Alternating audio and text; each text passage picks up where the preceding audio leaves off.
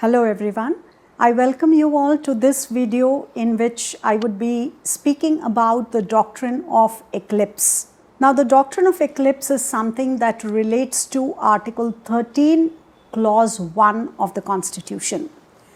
Now as we all know, if we understand the word eclipse by itself, eclipse basically means a shadow. So when you have lunar eclipse or solar eclipse, you're basically talking about the shadow of one object that falls on another.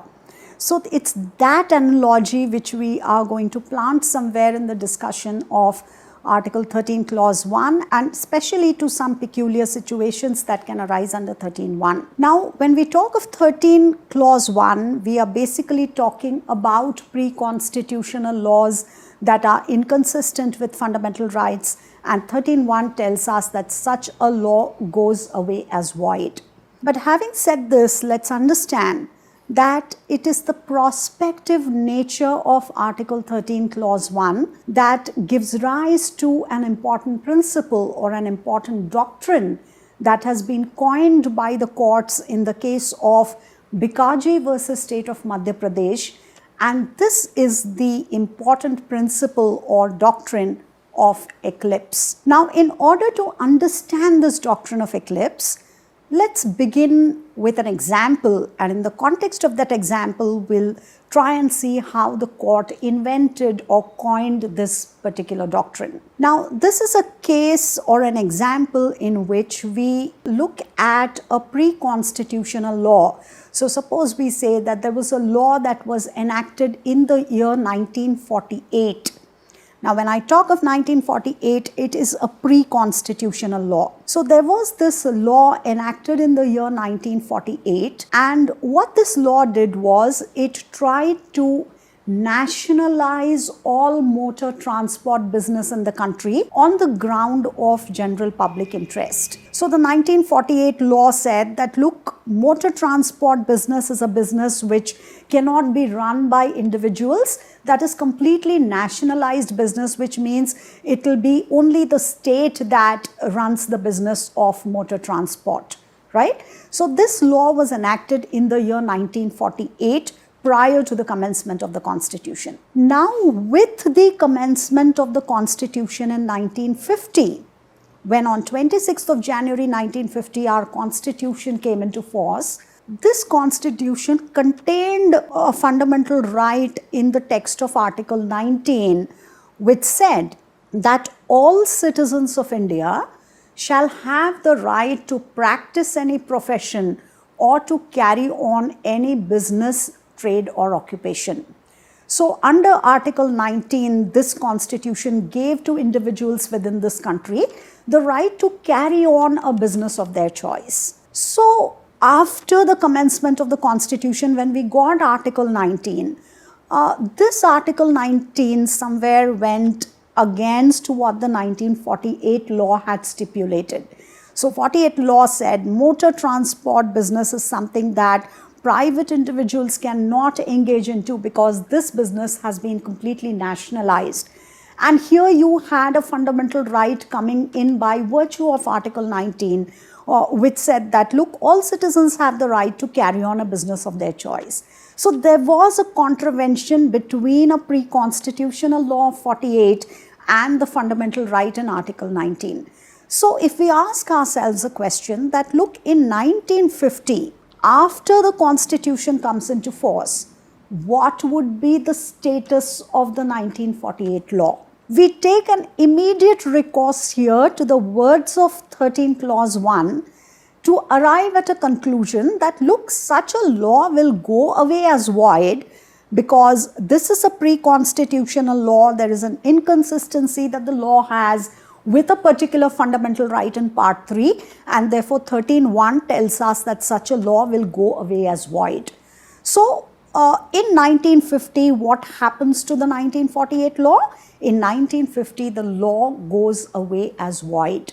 But if we further construct on this example, and if we say that look, the law was enacted in 48, in 1950 the law became void because it was in contravention with Article 19, but suppose In 1951, that fundamental right was itself amended, with which the 48 law was in contravention, and now the amended fundamental right is so structured that the inconsistency between the pre-constitutional law and the said fundamental right is gone. So, if in this concrete example, if we put it this way, that look, in 1951, Article 19 was itself amended, and now Article 19 said, the amended Article 19 says, that look, all citizens do have a right to carry on any business, occupation or trade of their choice,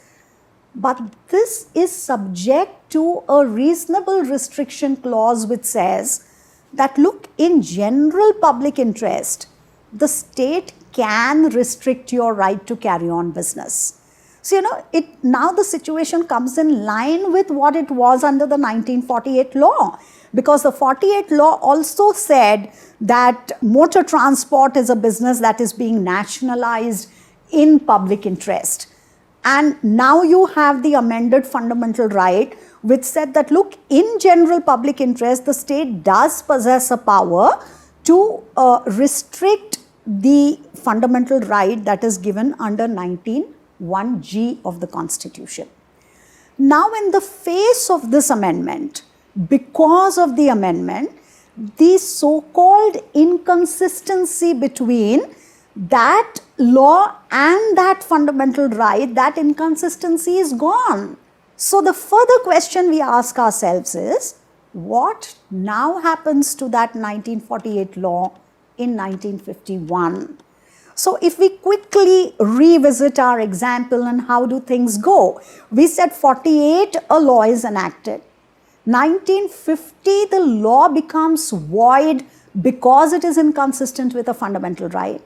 In 1951, that fundamental right is itself amended so that the inconsistency is now no longer there.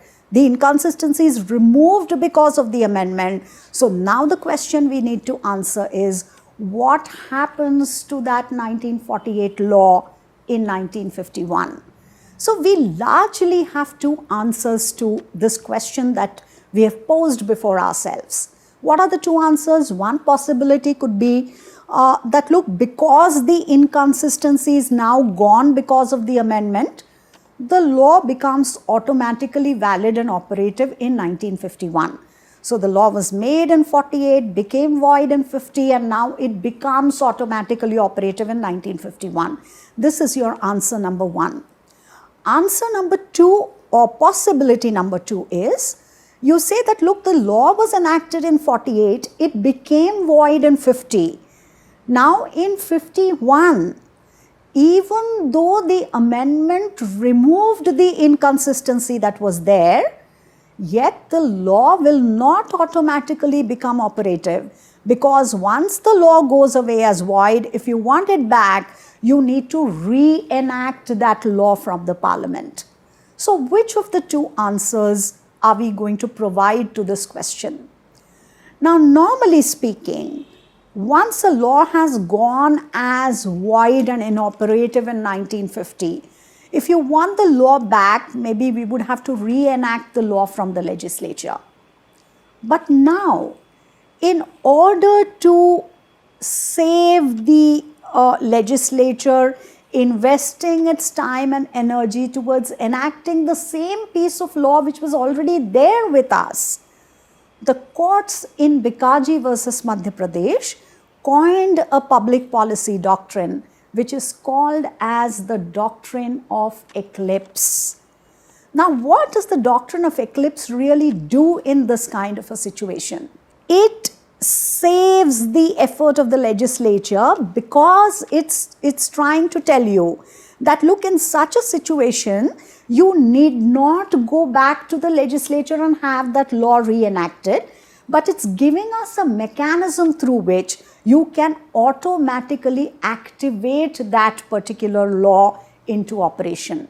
So what is the doctrine of eclipse really prescribing to us here?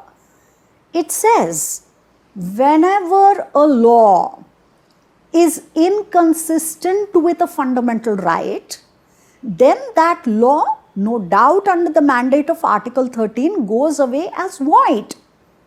But though the law goes away as void and though it is rendered inoperative, the doctrine of eclipse tells you that such a law is not completely wiped out from the statute book. It remains on the statute book in a dormant condition. So in a sleeping condition, the law is resting on the statute book, is an imagination that is constructed by the doctrine of eclipse. So you render the law to be void and inoperative, but the law is not completely wiped out from the statute book. It remains there in a dormant condition, and it is as if that law is shadowed by the said fundamental right. So if this is the law that is inconsistent with the fundamental right, what is the imagination that the doctrine of eclipse gives you? That this is lying in a dormant condition. It is inoperative. It's not something that you're applying. It's void, but it is shadowed by this fundamental right. It is sleeping under the shadow of this fundamental right, so that tomorrow, if this fundamental right is itself amended, then the shadow is removed and the act becomes automatically operative. This is precisely the point that doctrine of eclipse lays down before us. So it asks us to imagine, and that's why we're calling it as the doctrine of eclipse. So you're saying that there is an eclipse under which this law is lying in a dormant condition. So that if you amend this fundamental right itself tomorrow, you don't really need to, because the inconsistency is gone, you don't really need to rush back to the legislature and tell them that, look, reenact the law. You simply remove this shadow and allow the law to become automatically operative. Now, that's the point that the doctrine of eclipse lays down before us. So it's a public policy doctrine that is coined by the judiciary, and it is coined for the simple reason so that we do not put our system into that inconvenience of enacting that same piece of law which we did very validly have in existence before. But now, if we alter our example a little bit ahead, and if I make a change in the example, and now I say that a law is enacted in the year 1951, which says that motor transport business is completely to be nationalized and run by the state, and then a petition is filed which says that, look, this is inconsistent with the right given under 19(1)(g) of the Constitution. Now, keeping all other dimensions of 19(6) apart for a moment, if we are just imagining this situation, that in place of the earlier examples, keeping all other things equal, the only alteration I'm making in the second example is, instead of the 48 law, I'm talking about this law being now enacted by the legislature in the year 1951. And it tells us that, or maybe it is enacted somewhere in 1950, maybe the month of November, for example. And November 1950, this law says that, look, motor transport business is going to be completely run by the state. Now there's a contravention that this law has with your fundamental right under 19(1)(g). And what happens to the law? 13 comes to your rescue and you say that the law becomes void. So you're retracting Article 13 Clause 2 in this example, because now in our case, this is a post-constitutional law. So because of the inconsistency, in November 1950, the law goes away as void, right? Now in 51, the Constitution is amended and you bring in the public interest clause. All other things of our former example remain the same. Now you brought in an amendment which removed that inconsistency, because of which the law had become void. Now we ask ourselves the same question. What happens to the law in 1951? Do we apply the doctrine of eclipse here to bring back that law to life? The answer in this example is no. And why do we not apply the doctrine of eclipse in this example? The reason why eclipse does not apply here is because the law that we are talking about in this particular example is a post-constitutional law. In our earlier example, we spoke of the law being a 1948 law which was pre-constitutional. In this example, we are talking about the law that was enacted in November 1950, which is a post-constitutional law. And if we look at the mandate of Clause 2 of Article 13, it tells us in clear words that the state shall not enact any law that takes away or abridges the rights conferred by this part. So basically the state was not empowered to enact a law of this kind, which it still ended up enacting. And therefore in this case, once the law goes away as void because of its inconsistency, you do not revive that law, you do not bring back that law into life, into operation, by employing the doctrine of eclipse here. Let's understand a fundamental difference in the two examples that we just dealt with. In the second example, where the law is a post-constitutional law and that post-constitutional law is inconsistent with a fundamental right, remember, such a law is not just void, but such a law is void ab initio. The law is void from its very inception. The law did not take a valid birth at all. And that is the fundamental difference between the 48 law and the 1950 law. Because the 48 law, when it was made, it was a perfectly valid piece of law. And only because of the intervention of the Constitution, that inconsistency was developed, and because of the inconsistency, the law became void. And that's why you tell yourself that, look, later on, if you amend that fundamental right and remove the inconsistency, you can bring back the law through the doctrine of eclipse. But you can't do that in the case of a post-constitutional law, for the simple reason that a post-constitutional law violative of a fundamental right is a law that is void ab initio. It is a law that is void from its very inception, a law that has not taken a valid birth at all. You know, this is somewhere comparable to, I hope you understand what a stillborn baby is. You know, stillborn baby is a baby that is born in a dead condition.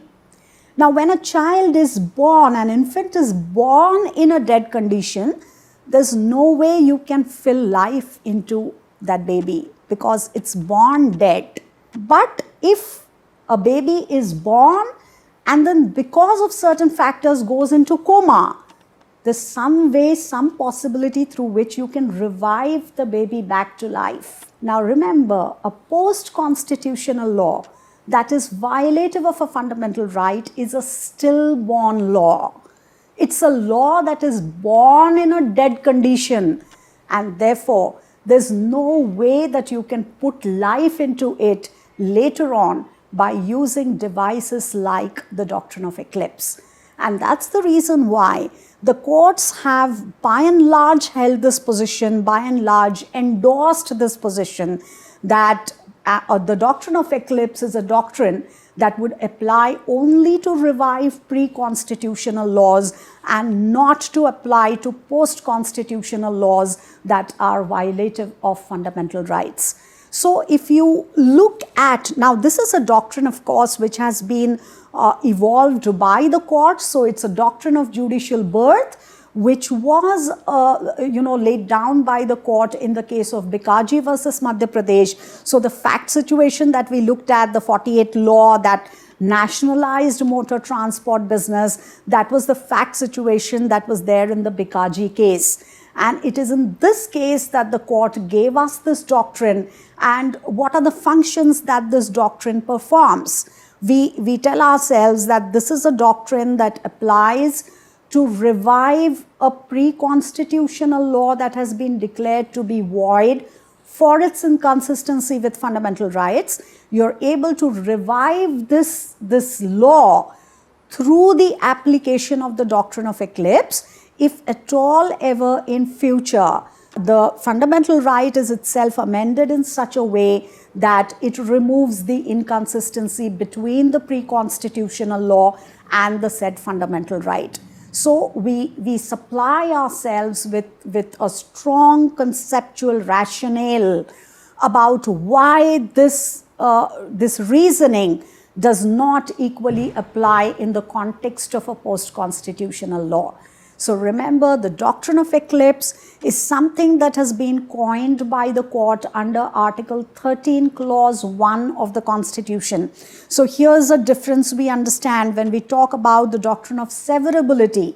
That is something that applies both under 13.1 as well as 13.2. So it governs both pre as well as post-constitutional laws, but eclipse is a doctrine that applies only in the context of pre-constitutional law.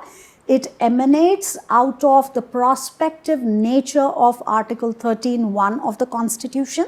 It is a judicially coined doctrine laid down in Bikaji versus Madhya Pradesh, and it is a doctrine of public policy where we intend to save the legislature of going into the whole tedious process once again of enacting a law that you already very validly had within your country. So this is the discussion that we need to keep in mind in the context of the doctrine of eclipse. I hope this has been a useful video for all of you, and should you have any comments to make, please write down in the comments section. Thank you very much for watching this video. Please like this video and subscribe to our channel.